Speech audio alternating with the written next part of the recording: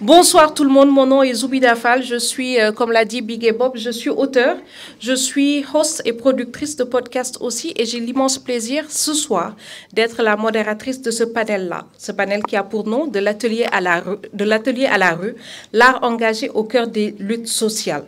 C'est un immense plaisir pour moi de vous retrouver, de retrouver le Ndanyemi pour sa 3e édition.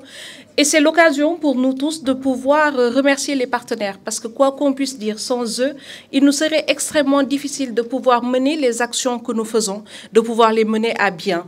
Et merci aussi aux panélistes qui ont accepté de me rejoindre sur cette scène-là afin que nous ayons cette discussion ensemble.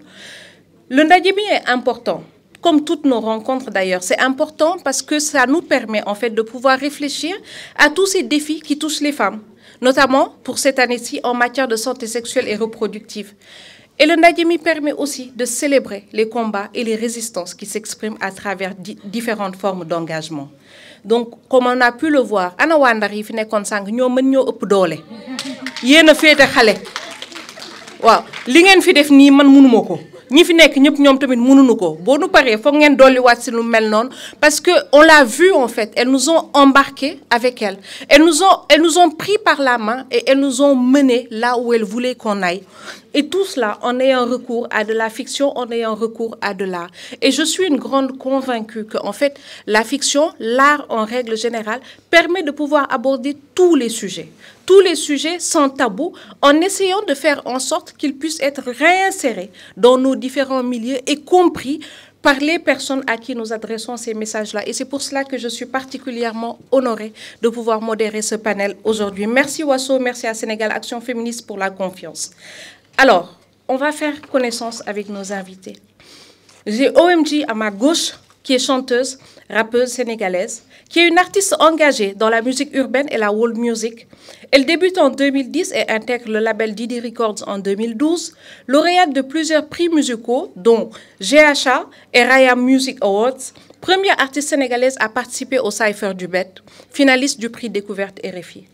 Son travail est caractérisé par un engagement et des thématiques fortes qui tournent autour de la lutte contre les violences faites aux femmes et les inégalités de genre, le plaidoyer pour la protection des droits des femmes à travers sa musique.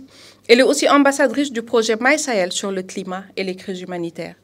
Et à ma droite, j'ai Zeynab Ngom qui est actrice. Merci. Zeynab est actrice, scénariste et réalisatrice sénégalaise. Elle est entrepreneure culturelle depuis 2011. Membre de l'AMS, une organisation engagée pour l'inclusion des femmes dans les métiers des arts et de la culture, elle est formatrice sur le code du travail et la sécurité sociale pour les métiers du spectacle. Et en termes d'engagement et de thématiques fortes, elle tourne autour de la défense des droits des femmes dans le secteur artistique, la promotion du leadership et du plaidoyer pour les artistes, la volonté de créer des espaces sûrs et équitables pour les femmes dans les industries culturelles et créatives. Et enfin, last but not least, Mamito Nakamura, réalisatrice, comédienne, actrice, plein de choses en même temps. Et dans son parcours, elle a eu une formation en communication et en médiation culturelle en France, une expérience en production et régie pour théâtre, télévision et cinéma, au Théâtre National Daniel Sorano par exemple, chez Leuz Média ou encore Canal+, ça dépend. Fondatrice de l'Alia Production, spécialisée dans la création de contenus audiovisuels et cinématographiques, ancienne chroniqueuse pour l'émission Tam Tam sur la RTS2, actrice dans la série Blood River de Arte. Une de ses œuvres qui m'a particulièrement touchée, c'est Au nom du sang, court-métrage qu'elle a écrit, réalisé et produit, traitant d'un viol dans une famille le jour de la Tabaski. L'engagement de Mamito et ses thématiques, Mamito est une féministe engagée, je crois que ça, nous toutes, nous le savons. Elle est fondatrice de Jigenrek, une association pour les droits des femmes et des jeunes filles à Louga. Elle utilise le cinéma comme un outil de sensibilisation et de dénonciation autour des violences de genre, de la migration ou des droits des femmes. Elle a un engagement fort dans des projets sociaux et militants, notamment à travers des collaborations, que ce soit avec des cinéastes, des acteurs, qu'ils soient africains ou européens. Mamito, OMG et Zeynab, je vous souhaite la bienvenue dans ce panel. Et juste pour que vous ayez une idée de comment on va procéder et si ça vous convient, on aura d'abord cette conversation entre les différents invités où nous aborderons toutes ces questions-là. Et ensuite, nous ouvrirons la discussion au public pour recueillir vos réflexions. Ça vous va? Alors, je vais passer le micro là à Mamito, déjà. Elle peut compléter sa présentation avant que je lui pose la première question. Ça te va? Merci beaucoup. Mamito, ton travail explore souvent des réalités sociales qui sont des réalités fortes. Ce que je voulais savoir aussi, c'est comment le cinéma peut-il déconstruire les tabous et amplifier les luttes féministes? Merci beaucoup, Zoups, comme j'aime t'appeler. Je pense que j'ai jamais autant été bien présentée, donc merci beaucoup, ça me touche beaucoup. Merci à Ndadjemi de nous réunir encore une fois.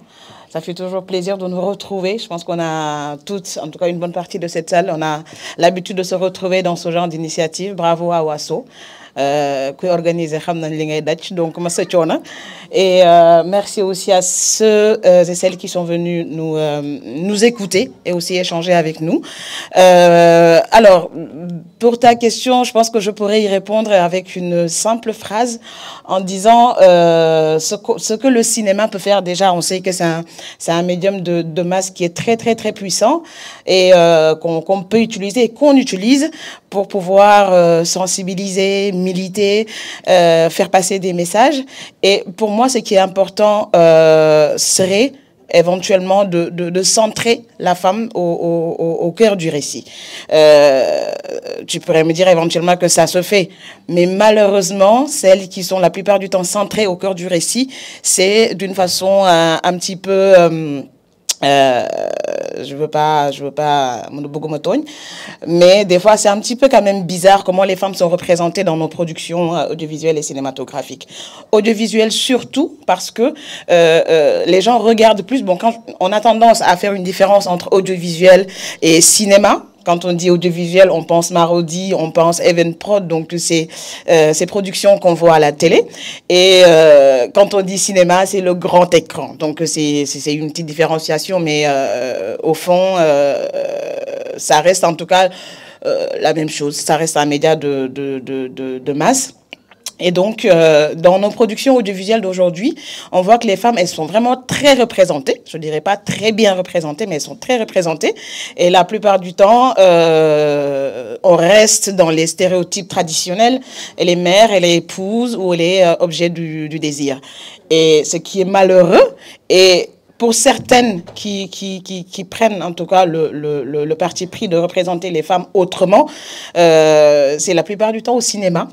Et on sait tous que les salles de cinéma manquent au Sénégal. On n'a pas cette culture d'aller au cinéma, en tout cas on ne l'a pas toute, d'aller voir certaines productions au cinéma, en tout cas sur le grand écran. Et l'écran, le médium qui est le plus accessible, donc qui est la télévision, malheureusement les femmes n'y sont pas représentées, en tout cas pas toujours comme il faudrait. Donc pour répondre à ta question vraiment de façon directe, c'est de replacer la femme au cœur du récit, je parle du scénario à la production, et de façon à la mettre en valeur, à la sortir de ces stéréotypes. C'est pas parce que digen nga da ngay génn ci production télé wala cinéma que yaay rek nga mën a doon wala mu tudd jabar rek nga mën a doon wala di ku ñuy xool di ko désirer ndax ngeen jéggal ma ci terme yi ndax taat yi baax na ndax ween yi baax na ndax nangam sangam ndax cheveux bi gudd na ndax xees na ndax nangam sangam. Donc la plupart du temps les femmes qu'on voit à la télé elles sont toujours... L'autre jour je regardais une série parce que ces séries là je les regardais quand je suis à Louga avec ma mère parce que sunu benn chaîne bu xaw bu siiw lay faral di seetaan et je prêtais pas attention à ce qui se disait, mais j'entendais que toutes les femmes parlaient, tous les dialogues tournaient autour des hommes et des souffrances qu'elles vivaient en fait, c'est-à-dire rien qui les mettait en valeur. Elles sont toujours sous-estimées, elles sont toujours reléguées au second plan, elles sont toujours, elles interprètent toujours des rôles qui les mettent vraiment pas en valeur. Et les productions qui mettent vraiment en valeur les femmes, la plupart du temps, ce sont des grandes productions qui sont axées cinéma, et tout le monde n'a pas accès au cinéma. Donc, pour moi, ça serait important. C'est déjà très bien qu'on ait ces espaces-là avec d'autres artistes, qu'on puisse réfléchir sur comment recentrer le débat autour de cette femme-là qu'on aimerait voir. C'est pour ça que j'aime bien souvent les productions de Calista, que je taquine souvent du mais au moins, elle arrive à nous montrer un autre type de femme qui a envie ou pas d'avoir des enfants, qui a envie ou pas de se marier, qui a envie ou pas. C'est-à-dire une femme qui a le choix. Donc, il faudrait qu'on aille vraiment vers ce type de production-là, un peu plus, parce que c'est déjà le cas, à travers Djainaba, ses productions, Miguel, ses chansons. On sait que Kouchinek et Yangi Baïsawar, mais voilà, c'est encore timide et que Benen partie de l'Union mais on essaie quand même, à travers nos productions, à travers notre engagement, de militer pour des femmes fortes, pour des femmes émancipées, pour des femmes qu'on a vraiment une fierté totale à porter à l'écran. Donc, recentrons la femme au cœur des récits, depuis le scénario jusqu'à la production. Je pense que c'est ça ma réponse. Merci, Zoé. Merci beaucoup, Mamito, pour ta réponse. Tu as abordé plusieurs points qu'on oublie très souvent. Tu as parlé du male gaze, en fait, en règle générale, de comment la femme est perçue à travers le regard masculin dans le cinéma. Tu as reparlé aussi de combien de femmes on voit et quel est leur centre d'intérêt en règle générale. Et il y a un test qui est super intéressant qui a été popularisé qui s'appelle le test de Bechdel, quand tu as commencé à en parler, pour savoir si un film est sexiste ou pas. Alors, et c'est en t'écoutant que ça m'est revenu. Alors, c'est juste 3 questions, hyper banales. Et si vous faites l'exercice dans toutes les productions sénégalaises, etc., vous verrez. Le premier, c'est, y a-t-il au moins 2 femmes qui portent un prénom? Parce que des fois, on voit des personnages féminins, ils n'ont même pas de nom. Ces femmes parlent-elles ensemble, entre elles? Parlent-elles d'autre chose que d'un homme? Et c'est 3 questions. Et en règle générale, quand on loupe ce test-là, qui est un test super basique, on se rend compte que le film est sexiste si on prend la peine d'aller plus loin et de regarder. Et je vais passer la parole à OMG. OMG, la musique, on le sait, a toujours été un moyen de résistance et de transmission. Aujourd'hui, comment crées-tu des chansons qui portent un message politique? Comment tu fais? Alors, bonsoir à tout le monde. Bonsoir à Zoubida et merci beaucoup à Wasso pour l'invitation. Donc, et merci également à l'audience qui est présente. Donc, moi, ce que je vais dire par rapport à la création de chansons, je pense qu'elle découle, la plupart du temps, pour moi, d'une émotion intense. Donc, d'un mélange de différents sentiments suite à un vécu, suite à une expérience personnelle, mais surtout suite à une histoire racontée. Donc, parce que la plupart du temps, des gens nous parlent de leur histoire. Je ne sais pas comment ça se fait, mais beaucoup de personnes ont confiance en nous pour nous parler de leur vie, pour nous parler de leur histoire et des histoires qu'ils ne peuvent pas raconter à d'autres personnes. Donc aujourd'hui, moi, en tant que femme, je suis habituée à recevoir beaucoup de messages de femmes qui me parlent de certaines situations où je me pose la question, je me demande, mais comment c'est possible? Comment est-ce qu'on est arrivé là? Et c'est ce sentiment de rage, ce sentiment de colère, parfois mélangé à de la tristesse, qui fait que tu as envie de parler de ça, de t'approprier l'histoire de la personne pour en parler, pour pouvoir toucher une corde sensible de la population, pour qu'ils puissent prendre conscience que ça existe réellement. Parce que parfois, moi, j'ai tendance à recevoir des histoires, je me dis, est-ce que vraiment ça existe? Comment ça, c'est possible? Comment une femme peut vivre une telle chose et que personne ne fait rien autour d'elle? Déjà, personne ne fait rien parce qu'ils ne savent pas, parce qu'elle ne sait pas à qui parler, elle ne sait pas à qui s'adresser pour pouvoir trouver une solution face à ce problème. Donc, elle va vers l'artiste. Et moi, dès que j'ai ce ressenti, je le retranscris dans une chanson. Donc, la plupart du temps, c'est guidé par des émotions qui fait que le processus commence comme ça. Après, j'appelle l'équipe, je leur dis que je veux parler de telle chose. Parfois, c'est pas facile quand même parce que, comme on dit, Mamito l'a dit tout de suite, on est dans des secteurs majoritairement où il n'y a que des hommes. Donc aujourd'hui, nous, à la production, que ça soit pour la production de vidéos, de sons, etc., il n'y a que des hommes. Et quand tu vas aborder certains sujets... crois-moi, c'est pas très évident pour eux. Ils te disent, ah, mais est-ce que tu veux vraiment parler de ça? Donc, après, là, parfois, il faudra faire un forcing et leur dire que oui, moi, je m'engage à parler de ça et j'engage tout ce qui vient après parce que je ressens le besoin d'en parler. Je ressens le besoin de faire, d'aider cette personne et aussi de permettre à d'autres personnes de prendre conscience de cette situation et de voir comment on peut faire pour trouver des solutions durables face à ce problème. Donc, et ça commence comme ça. Et heureusement, entre guillemets, j'ai des hommes qui soutiennent la plupart du temps. Parce qu'après, ça aurait été difficile d'avoir en face de nous des hommes qui te disent « Non, on ne peut pas parler de ça parce que ça engage ton image. Tu ne peux pas te lancer dans tel combat, dans tel combat. » Et voilà, heureusement. Oui. Parce qu'en effet, il y a un prix à payer sur tout ça. Et on reviendra là-dessus. Je vais passer la parole à Zainab. Et la question que j'ai pour toi, en fait, c'est d'affirmer déjà que, comme tout art, le théâtre et le cinéma sont des espaces d'incarnation de récits militants. Ça a été énormément utilisé. On peut parler de Kadou Baykat, on peut parler de Safi Faye en parlant de Kadou Baykat, on peut parler de Semben Ousmane. Ils ont tous, elles et ils, tous ont utilisé le cinéma, l'art en règle générale, pour faire passer des messages qui sont des messages militants. Zainab, aujourd'hui, as-tu des rôles ou des projets qui ont eu un impact fort, par exemple, sur ton engagement? D'où cet engagement vient? Est-ce que ton travail l'a renforcé?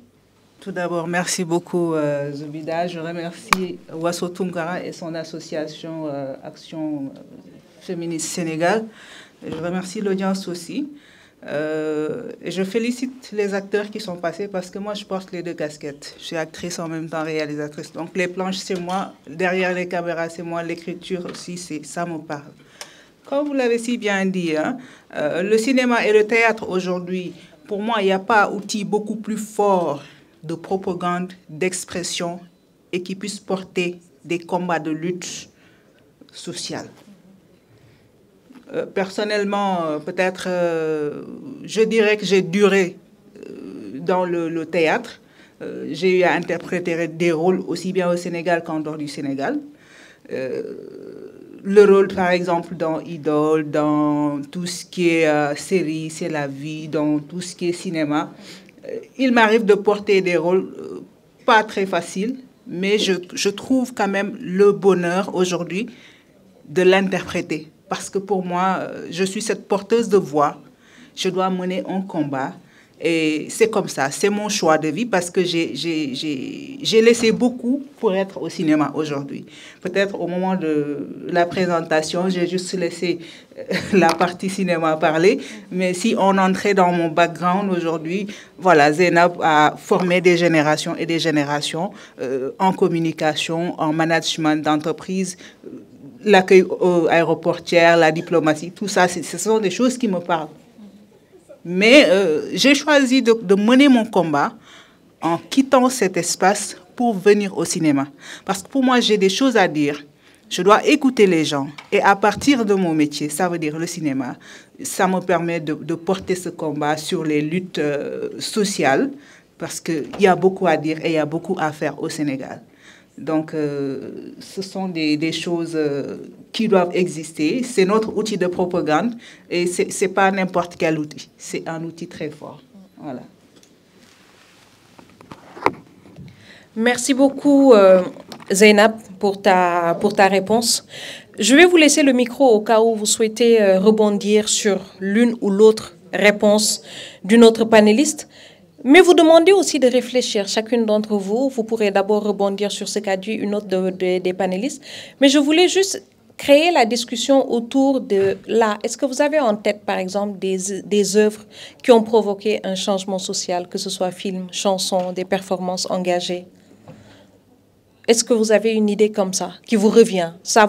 Qu'est-ce qui te revient? Que ça a créé un déclic chez moi.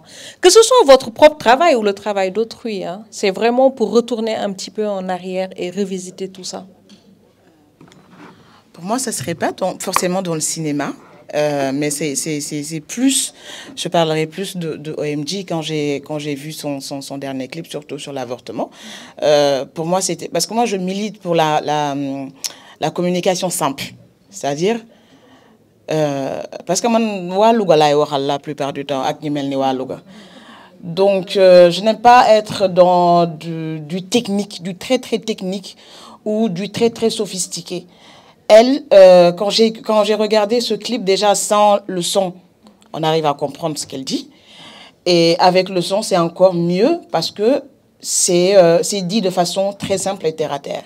Et on a tendance la plupart du temps, surtout dans nos espaces, de nous parler qu'à nous-mêmes. Ça, je le dis, parce que moi, le discours que j'ai à Dakar, je n'ose pas l'avoir à Louga. Parce que ceux à qui je parle à Louga, je dirais pas que ne comprennent pas, mais c'est pas forcément des choses qui les touchent. Donc, cette chanson d'OMD, ça m'a beaucoup plu, ça m'a parlé, et aussi parce que je suis issue d'une grande famille de beaucoup de femmes qui en ont parlé. Donc, pour moi, ça, c'était quand même une réussite tout dernièrement. Et une autre réussite, je sais pas si à l'époque ça avait eu un impact ou pas, c'est le film Fatou Kiné de Senden que j'ai adoré, dans un sens où Fatou Kiné est une très belle femme. Déjà, elle a été très bien filmée, mise en valeur, et ñu jox ko beaucoup de ñu jox ko doole bu bari en fait ci biir production bi ñu jox ko ci doole mu nekk jigéen buy bañ, jigéen buy liggéey, jigéen buy yar ay doomam, jigéen buy donc pour man Fatou Kiné restera ben chef-d'œuvre boo xamante ne nii waroon nañ ko mu am accès mu dem ba Louga da ngeen dégg Louga ba dee mu dem ba Louga dem ba feneen ak feneen foo xamante ne nii dañ ko fay projeté ñu seetaan ko parce que boo xoolee man quand je faisais Au nom du sang j'ai fait le choix de travailler avec des actrices qui sont connues dans le milieu audiovisuel. Mooy Ndiaye Sideba Jalika, mooy Maman Ndeye Koumba Madre Pis, Adjara Fall, et donc l'idée c'était d'abord de permettre au public de s'identifier à elle d'abord, de pas se sentir exclu, parce que au cinéma on a certaines règles à respecter. Je suis devant et derrière la caméra, et je sais que bu ñu duggee ci benn façon bi surtout sujet bi ma doon raconter qui me parlait d'abord à moi avant de parler aux autres. Pour moi c'était important d'avoir cette posture là, de dire que ces actrices que vous allez voir, ce sont des gens que vous voyez tous les jours, auxquels vous pouvez vous identifier, et ce sont des gens qui ont vécu par exemple un viol, inceste ou autre, et donc permettre à mon public de se sentir concerné, de se sentir interpellé à travers Djalika. Je sais que c'est une actrice qui est très très aimée, et Mère Ndeye Koumba, ainsi de suite, Matar Diouf, ñoom ñëpp. Et donc c'était un choix, et OMD mi ngi wax sànq ni da ngay am idée ñëw parce qu'on travaille avec des hommes. Ah, tu es sûr que li nga bëgg a wax. J'ai vécu exactement la même chose pendant la post-production de Au nom du sang. De grands artistes sénégalais, ils étaient quatre mecs autour de moi. Non, tu sais, Sayar c'est le violeur. Non, tu sais, quand tu tues Sayar, c'est pas très artistique. Je dis mais je ne cherche pas de l'artistique. Encore une fois, je ne cherche pas de l'artistique. Ce film est une thérapie, d'abord pour moi, avant de l'être pour les autres. Donc, je ne veux pas que ça soit joli. Je ne veux pas que des professionnels de l'autre bout du monde puissent juger ce film. Je veux que ce film soit vu par les miens, d'abord. Malheureusement, notre cinéma est plus vu à l'extérieur que chez nous, alors qu'on fait des productions extraordinaires, que ça soit des courts-métrages ou des longs, mais tout ce qu'on fait est exporté. On ne voit pas nos productions. Et quand tu fais ce parti pris-là, il y a des experts à 2 balles ou les experts du dimanche qui vont venir te dire que mais tu sais ton plan, mais tu sais on n'est pas dans le... Non, ce qu'on fait, on le fait d'abord pour notre communauté. Je pense que c'est là où se trouve la différence. Et quand je regardais ce que OMG a fait, c'était facile à comprendre, c'était limpide, et ça parlait ça me parlait. Ça parlait aussi, je pense, à toutes celles qui l'ont vu, surtout parce que le clip te dit carrément ce qu'il en est. Dessin bu leer la compliqué wul amul yek amul wàcc, on te dit directement cash, c'est ça. Donc pour moi c'est OMG et Sembène dans Fatou Kiné. Et on va passer le micro à OMG, je vais en profiter. Alors, donc, moi, je pense que Mamito, elle a parlé du son du mien. Donc, je voulais parler de ça, mais je vais juste en parler un tout petit peu avant de donner, moi, ce qui m'a marqué en tant que chanson. Donc, en ce qui concerne Wahmali Lalla, comme j'ai dit tout à l'heure, c'était, je pense, l'histoire d'une petite fille qui a été violée de 9 ans, qui a fait que cette chanson est née. Donc, comme j'ai dit toujours, c'est quelque chose qui me bouleverse, qui me pousse à écrire ce genre de chanson. Donc, et Et aujourd'hui, voir des challenges, beaucoup de challenges sur les réseaux sociaux, des jeunes filles reprendre la chanson, parler, interpréter la chanson en ayant une grossesse et en informant les autres. Pour moi, c'était quelque chose qui était très réussi. C'est quelque chose qu'on voulait et on voulait que cette information passe parce que dans la chanson, on est en train de parler d'un viol, on est en train de parler d'inceste, de grossesse précoce, mais également de comment permettre à cette jeune fille d'avorter, que ça soit pas un avortement clandestin. On fait un plaidoyer pour toutes les jeunes filles qui ont vécu un viol, qui ont vécu un traumatisme et qui n'ont pas envie de garder forcément cet enfant, parce que beaucoup de femmes qui subissent ça n'ont pas forcément envie de garder un enfant issu d'un viol. Comment on peut faire? Quelle solution on peut trouver pour pouvoir les accompagner tranquillement à ce qu'elles puissent avorter tranquillement? Donc, c'était un plaidoyer et voir beaucoup de jeunes filles reprendre cette chanson, revoir aussi également beaucoup de messages, beaucoup de personnes écrire, dire que j'ai subi telle chose, et même des hommes écrire pour leurs amies femmes. Moi, ça m'a beaucoup, en tout cas, ça m'a fait quelque chose. Et voilà, pour les gens qui n'ont pas encore regardé la vidéo, comme elle a dit, vous pouvez regarder ça sur YouTube. Maintenant, moi, je pense que la chanson qui m'a marqué, la chanson par rapport à ma génération, c'est Femme Objet de Kumba Gawlo. Femme Objet de Kumba Gawlo, j'étais au collège, je pense, et franchement, c'est une chanson qui m'a permis d'avoir une nouvelle vision de moi, une nouvelle vision de comment j'ai envie que la société me voie et de qu'est-ce que j'ai envie de faire, qu'est-ce que j'ai envie de devenir, comment je veux le faire. Est-ce que je dois forcément plaire aux autres? Parce que comme quelqu'un d'autre l'a dit il y a pas longtemps, tout à l'heure, que nous, on nous forge à vivre à travers les autres, à vivre pour les autres, à vivre à travers le regard des autres. Et cette chanson, moi, m'a permis aujourd'hui de me dire, de connaître ma vraie personnalité, de me dire que non, je peux pas vivre à travers les autres, je peux pas vivre forcément pour que les autres m'apprécient. Moi, je dois m'apprécier moi-même.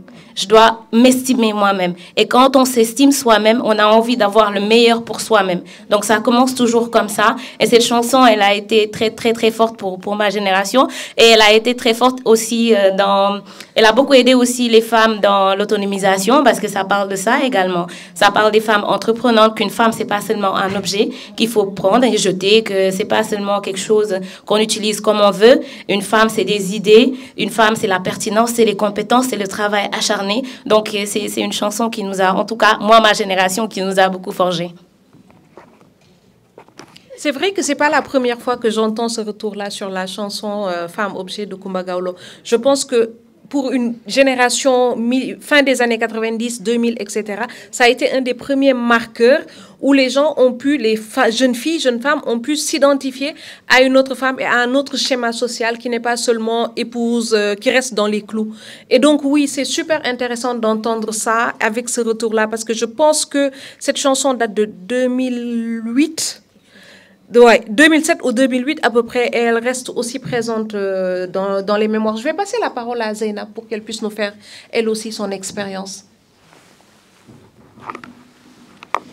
Alors, moi, mon expérience, elle est tout à fait différente. Peut-être que j'ai toujours aimé le cinéma. Donc, j'ai connu les planches très jeunes, à l'âge de 16 ans. Parce que la cité, là où j'ai grandi, on avait un programme d'échange culturel avec l'Institut Foreigners Institute of Philadelphie. Donc, chaque année, c'était des pièces qu'on écrivait ici. Et les jeunes Américains, Afro-Américains, de leur côté aussi, ils faisaient pareil. Et au moment de la production sur scène, c'était un programme qui faisait le Nigeria, la Côte d'Ivoire et le Sénégal. Donc, j'ai eu la chance d'être coachée par des metteurs en scène hollywoodiens. Donc, c'est parti de là-bas. Ma famille n'acceptait pas au début parce qu'ils disaient que c'est pas un métier. Donc, le papa, qu'est-ce qu'il disait? Sans le bac, personne ne bouge de chez moi, personne ne fait ce qu'il veut. Et je le lui ai accordé. J'ai continué mes études. À un moment donné, j'ai repris les études. Donc, dans mon programme scolaire aussi, je participais beaucoup au sein du théâtre, le théâtre scolaire étudiantin. En même temps, je travaillais parce que comme j'ai commencé à travailler très jeune, je pense que mon premier contrat, on m'avait demandé mon autorisation parentale que j'ai fait signer par mon oncle. Alhamdulillah, c'est de là-bas que ça a commencé. Je travaillais dans l'événementiel où j'ai eu la chance d'avoir connu les Jacqueline Lemoine, j'ai connu et côtoyé Ousmane Sembène aujourd'hui, j'ai connu et travaillé avec Bouna Medoune Sey, j'ai connu et travaillé avec Hadi Silla, Feu Hadi Silla, Aminata Sophie Dieye. Donc, ce sont des ténors. Et Aminata Sophie, c'est celle qui m'a marqué le plus. Parce que notre première prise de contact, c'était tellement drôle. Parce qu'elle m'a regardé, je venais de prendre un rôle comme ça. Elle m'a vu harceler le gars dans le film et tout. Tac, elle me dit, mais moi, je me croyais folle, mais tu es plus folle que moi. Je dis, ah ouais, pourquoi? Elle me dit, tu fais que être sur scène ou tu écris en même temps? Je dis, ouais, j'écris en même temps parce que aussi je suis une des filles de Feu Abdelaziz Boye qui m'a formée en écriture et réalisation, donc du petit écran, de l'écriture au petit écran. Et c'était quelque chose que je dois faire. C'était un contrat moral que j'ai signé avec lui, qu'il faudrait qu'il y ait plus de femmes dans les métiers du cinéma. Mamito l'a dit tantôt. On a tendance à vouloir nous imposer comment faire le cinéma chez les femmes. Moi, c'est un énorme et éternel combat que je mène. Parce que même lors de ma dernière production intitulée Fissure, qui a eu à remporter, je dirais, 4 meilleurs prix de réalisation en Afrique, aux écrans de Tombouctou, au CICAO, en France, à International Children Care, au Zimbabwe aussi. Et alhamdoulilah, ça a fait le tour que ça devait faire en une année. Parce que moi, c'était mon objectif. J'ai horreur de refaire les mêmes choses. C'est-à-dire, je bosse sur un projet, je suis en même temps en train de réfléchir à un autre projet. Comme je dis, le cinéma a chacun ses objectifs. Certains le font pour se faire connaître, pour qu'on les reconnaisse. Pour moi, j'ai plus besoin de ça parce que le bon Dieu m'a aidé, que je sois connue en tant qu'actrice, alhamdoulilah. Et pour le reste, c'est un éternel recommencement, toujours dans le cadre de l'apprentissage de ce que je fais. Donc, c'est pour ça que aujourd'hui, hormis les films que j'ai regardés, bien évidemment, d'Ousmane Sembène, de Djabou Bessane, que j'aime beaucoup, Nos moments de l'indépendance, parce que je dis que c'est un film qui mérite d'être mis dans le curriculum, parce que ça parle de notre indépendance et ça parle du rôle qu'a eu la femme dans l'indépendance du Sénégal. Donc, je vois un énorme respect à ces gens-là. Parfois, c'est difficile avec les hommes pour qu'ils t'acceptent. C'est surtout ce challenge, moi, qui m'anime le plus. Ils veulent aujourd'hui, il est arrivé que des gens qui m'ont vu peut-être être sur scène ne veuillent pas m'accepter en tant que réalisatrice parce qu'eux, ils ont été chapeautés par des vieux qui leur ont mis un peu partout, on parle d'eux. Et quand moi je dois faire, ils veulent me présenter en tant que l'actrice. Et il m'est arrivé de leur dire non, il faut que ça arrête. Vous n'êtes pas plus intelligent que moi, vous n'êtes pas plus capable que moi.